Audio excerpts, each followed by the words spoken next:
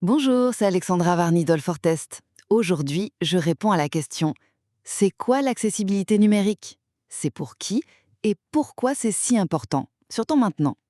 Alors, on est en novembre 2025, quelques mois après le gros durcissement légal de juin.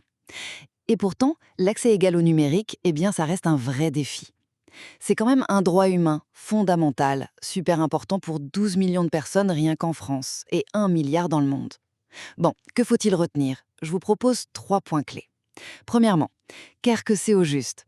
En gros, c'est faire en sorte que tout le monde, vraiment tout le monde, puisse utiliser les sites web, les applis mobiles, etc. Ça repose sur 4 grands principes, vous savez, issus des standards mondiaux qu'on appelle WCAG et adaptés chez nous par le RGAA. Par exemple, un contenu doit être perceptible. Ça veut dire qu'une image, elle doit avoir une description pour quelqu'un qui ne voit pas.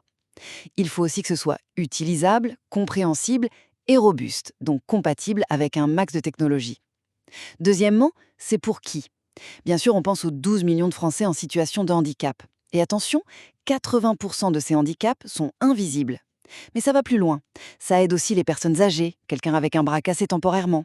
Et en fait, ça rend les choses plus simples et agréables pour tous les utilisateurs. Si. Troisièmement, pourquoi c'est crucial? Là maintenant, c'est devenu une obligation légale très stricte. La loi française a été renforcée et la directive européenne est en place depuis juin 2025.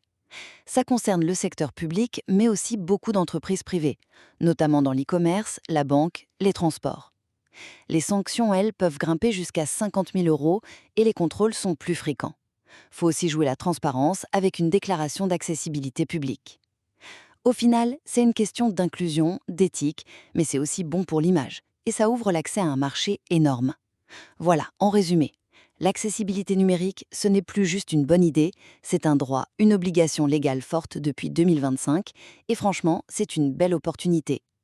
D'ailleurs, si vous voulez auditer votre conformité, former vos équipes ou définir votre stratégie d'accessibilité, n'hésitez pas à découvrir les services et formations d'Al4Test sur ce sujet essentiel.